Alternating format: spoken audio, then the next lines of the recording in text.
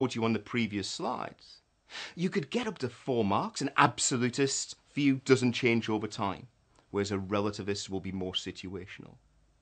You'd then get marks for applying those perspectives to the situation in front of you. Here's a little extract from the answer.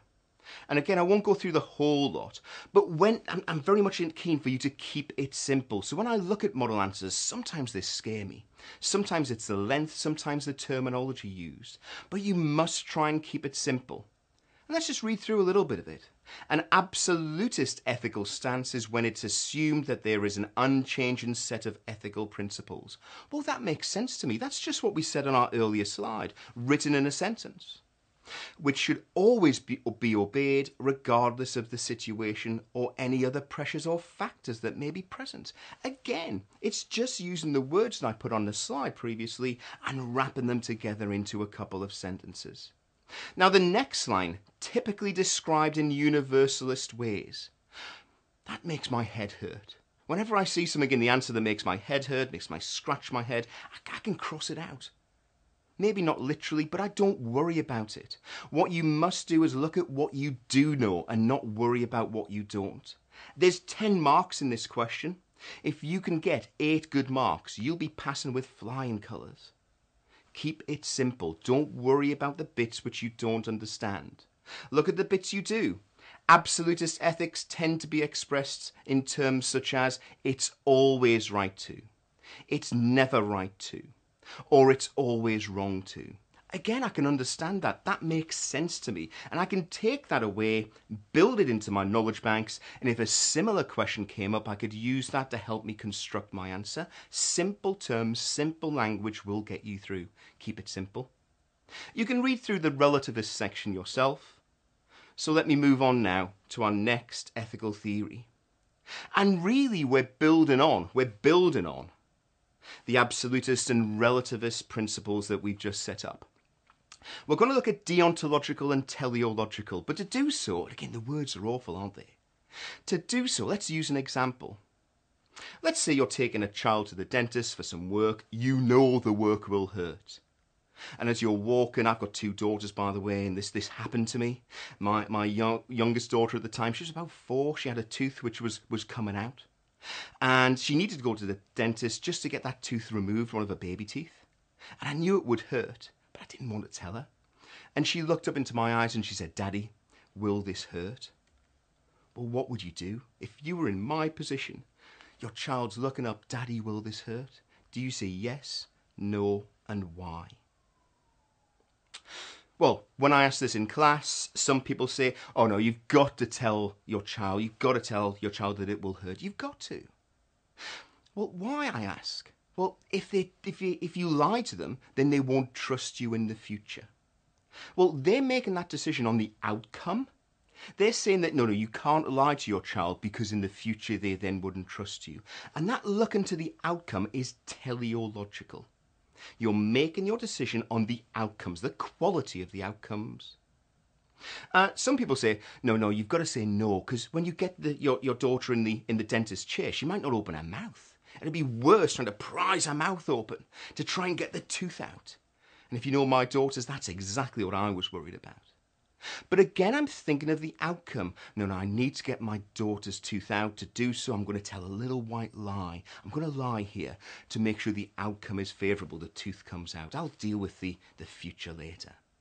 So again, that's teleological. Now, some people may be thinking, well, you're all wrong. It's simply wrong to lie. You're not looking at the outcomes there. You're looking at the actual decision itself, the action itself. And to look at the morality of the action in its own right is deontological. So a deontological perspective looks at the action itself. Teleological makes an ethical decision based on the outcomes, the quality of the outcomes. Obviously, what did I do in these circumstances? My daughter looked up, said, "Daddy, will this hurt?" And I said, "Well, you better ask your mother." And I'm still in trouble for that at the moment. But remember, keep it simple. Where you're asked a question on deontological and teleological approaches, you're likely to have to give a little brief explanation of what each are. So keep it simple.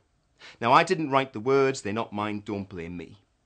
But if I was asked to explain deontological approach to ethics, I'd use the words non-consequentialist theory. I'm sorry, but I would. I'd learn it. Because it is a non-consequentialist theory. The decision of whether an action is moral or not is not dependent on the consequences. I like the next 2 points. The moral right or wrong is not dependent on the outcome. Therefore, it's the means which are more important than the ends. Now, you could start delving into the works of Kant at this stage and look at his maxims. I'm keeping it simple. Okay, as soon as you start drilling into the maxims, especially trying to explain them in your own words, you can get muddled up and it can get very confusing. I'm keeping it simple. I think this is enough for you to comfortably get through a question on this area. If we look at the other side of the fence, where the outcome drives the moral decision, that is teleological. That is a consequentialist theory. The ends are more important than the means. It's the outcomes which drive whether an action is moral or not. And that's deontological and teleological. How is it examined? This is from a few years ago, this question, a brilliant question on child labour.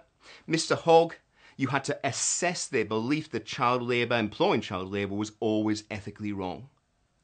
And you had to look at it from deontological and teleological perspectives. One of my most favourite questions. Again, there was a substantial mark allocation, 9. And the starting point was being able to explain, demonstrate that you understand the two terms. Well, deontological is a non-consequentialist theory. Teleological is a consequentialist theory. Action drives, the action itself drives whether the action, the assessment of the action drives whether it's moral or not. It's the quality of the outcomes. And I can get my easy marks. And then you apply it to the case itself. In the question, it says that Mr. Hogg believes that employing child labour is always ethically wrong. That implies to me always. You can't justify it no matter what the outcomes. Well, that suggests he is deontological. But you had to assess it from both sides. So here's an extract from the answer, and it's got some of my most favourite lines in any answer written. It's a brilliant answer. But as you read through, look at what you know, not what you don't know. Keep it simple. So Mr. Hogg is demonstrating a deontological position on child labour. I'm telling the examiner that I understand and I can assess Mr. Hogg's position. He's saying that it's always wrong. I'm just using words from the actual question as well as probably in the scenario.